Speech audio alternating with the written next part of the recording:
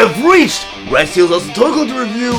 I'm your man, Red Steele. And today I'll be reviewing Transformers Legacy. Predacon Inferno.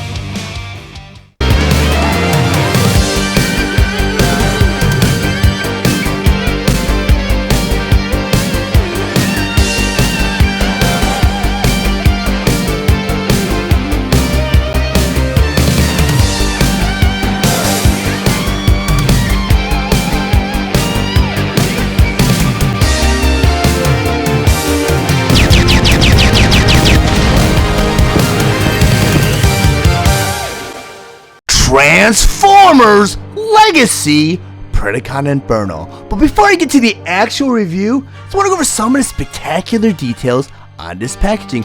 Up front here, the display window showing you both the figure and all its accessories inside. On top of the packaging here, you have the Transformers Legacy logo. In the corner here, you have an 8+, which is the age requirement for this figure. You know, the corner here, you have the Takara Tommy Transformers Generations logo. Along the side here, it says Transformers. In the middle, you have this beautiful illustration of Predacon Inferno in its Fire Ant mode. And over here, you have Predacon Inferno. Below that, you have the Transformers Legacy logo. In the corner here, you have the Hasbro emblem. And down here, it says it is a Voyager class figure. To the side of the packaging here, you have a couple cool profile shots of Predacon Inferno in his robot mode.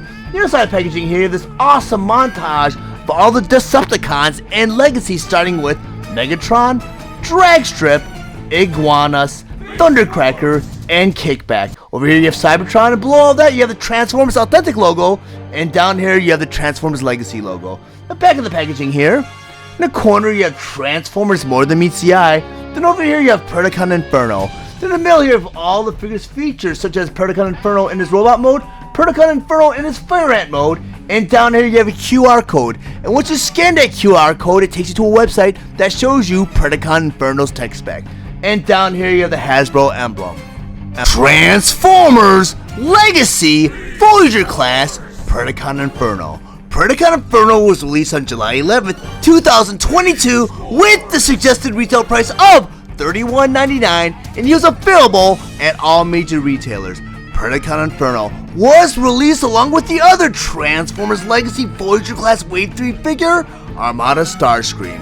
Predacon Inferno is a Beast Wars inspired figure that converts into his Fire Ant mode in 26 steps. His accessories include his blaster and instructions. Predacon Inferno stands 7 inches tall, and he is meant for fans ages 8 and up.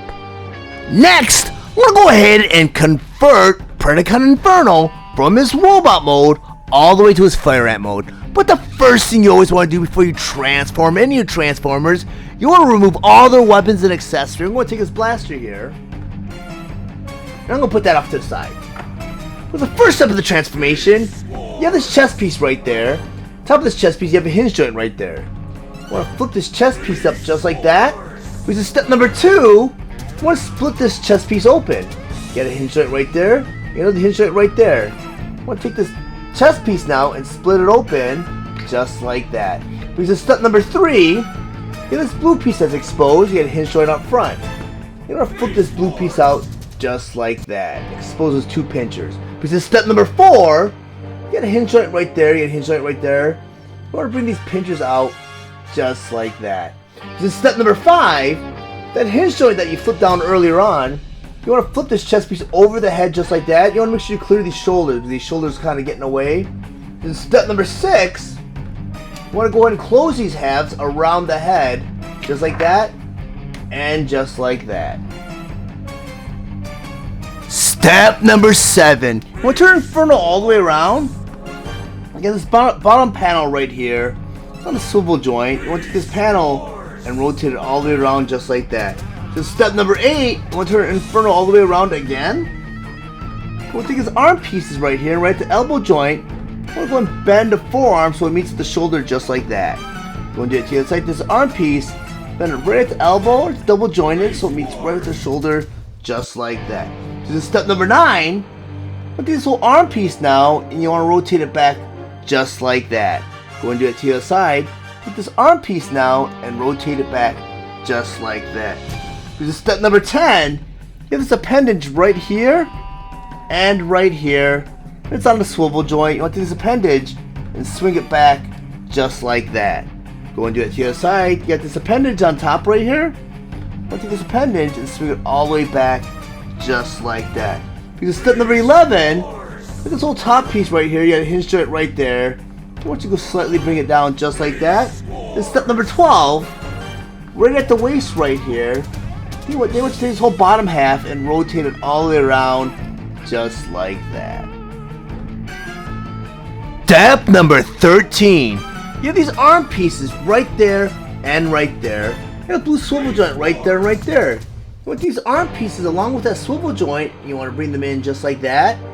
Do that to the other side, bring this arm piece in just like that. This is step number 14. You have this appendage right there and right there. It's on a swivel joint right there and right there.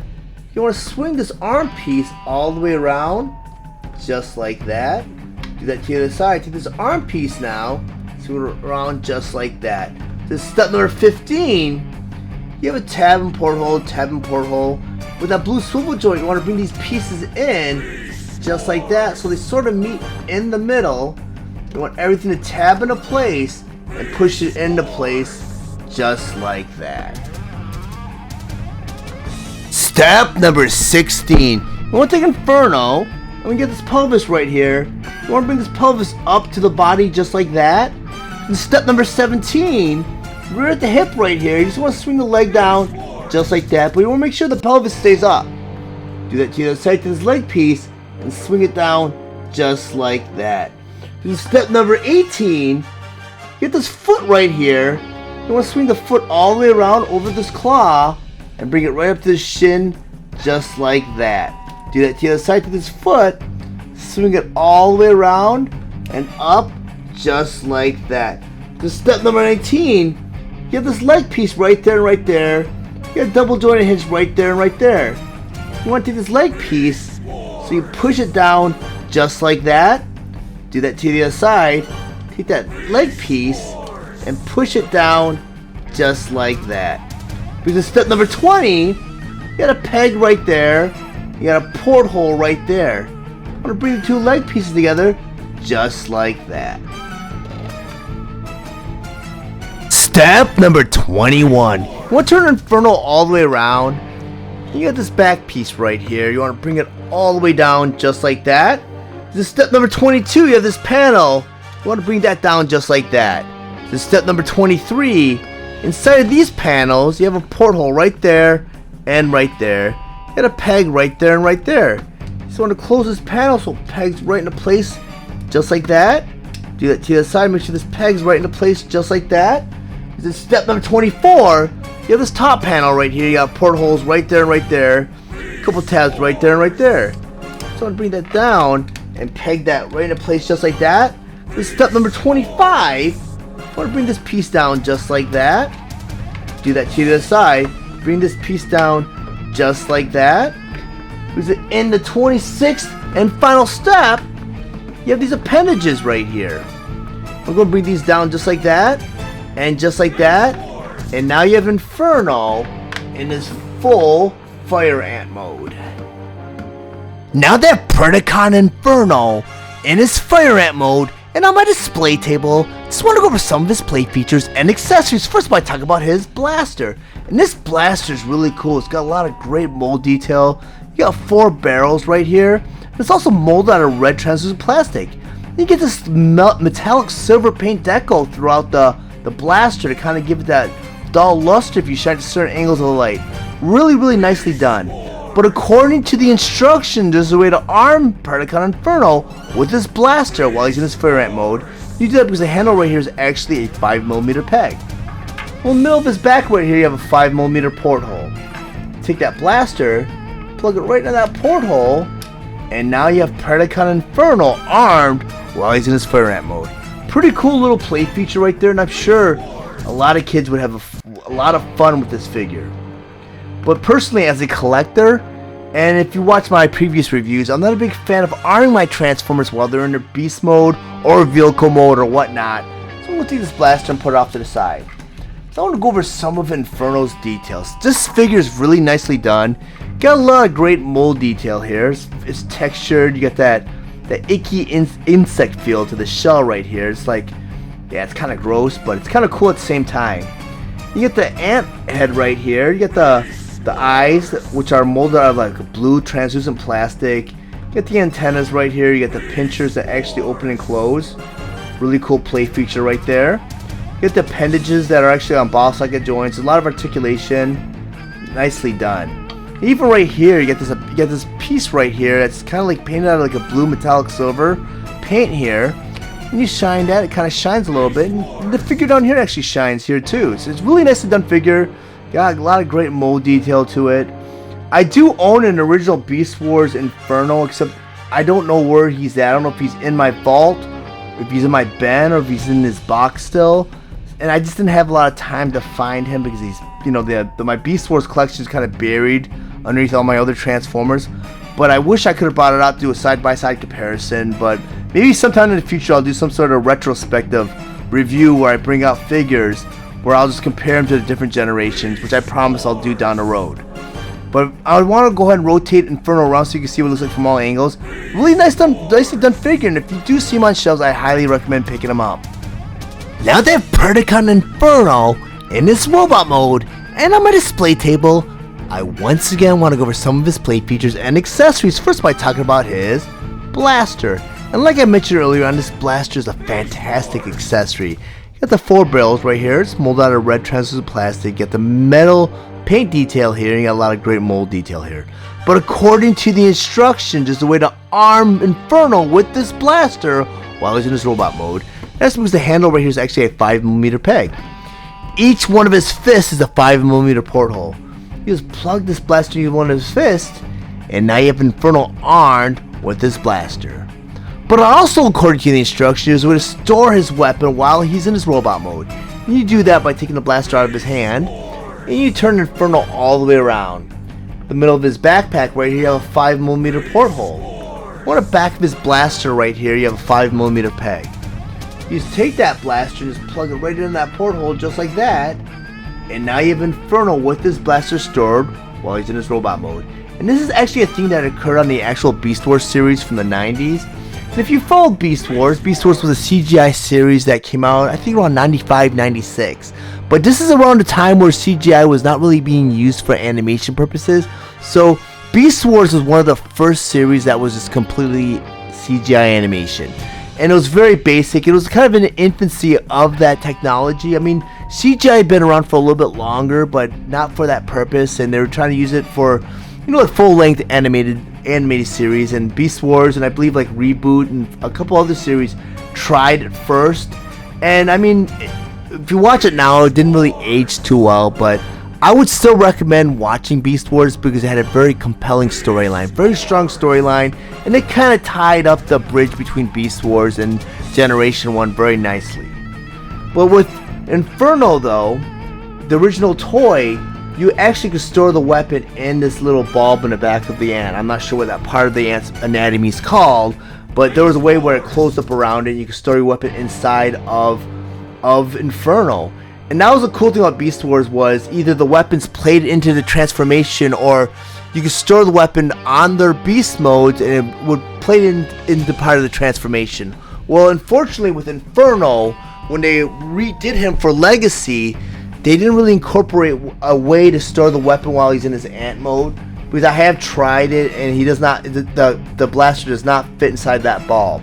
So unfortunately you're not able to store this weapon, and the only way you can do that is by arming him, and I'm not a big fan of arming my beasts while they're in their beast mode. So I'm going to put the blaster in his fist. It's a very nicely done figure. Lots of great detail, like I mentioned earlier on. You got the eye detail here for the ant, which is molded out of a blue translucent plastic. Even the head sculpt is very faithful to the animated model from Beast Wars series. And like I mentioned, it was the Beast Wars animated model is very basic. So this figure might have a little bit more detail than the actual animation from the CGI series, but it's a very nicely done figure. A lot of great paint detail, a lot of points of articulation for this figure. I mean, you got like butterfly joints, double jointed elbows, you got double jointed knees, you got ankle, hip, you got waist, you got neck, you got just a lot of articulation. This figure was very nicely done, and unfortunately I wasn't able to unbury my original Inferno from the original Beast Wars series to do a side-by-side comparison, because I'm not sure if I have him in box because he could be in that bin, or if I have him loose with my other Beast Wars figures, then he'd be totally buried under my bin. And with Legacy and War for Cybertron series, they didn't really produce a lot of Beast Wars figures. I mean, with the ratio, I believe it's like 1 to 20 figures. Is 1 out of 20 regular Transformer figures were Beast Wars figures. So I mean, the nice thing about Inferno is he's one of the last of the original Beast Wars figures that came out for the more recent series. So like, between him, I believe Silverbolt might be the very last figure I need to review, because with Legacy they came out with Tarantulas, which was nice because Tarantulas was missing, and I hope they redo Scorponok, because I do recall Scorponok being a lot bigger, and with the Kingdom version of Scorponok he's tiny. But this figure is a nice addition to the Beast Wars Legacy, and I'm going to go rotate him on so you can see what it looks like from all angles. But if you guys found any of the information in this review valuable, please like and share this video. Also, if you really enjoyed my content, please subscribe to my channel, and while you're there, click the bell to be notified of any future videos. I want to thank you guys for watching Rad Seal's Awesome Toy Collector Review. I'll check you guys out next time.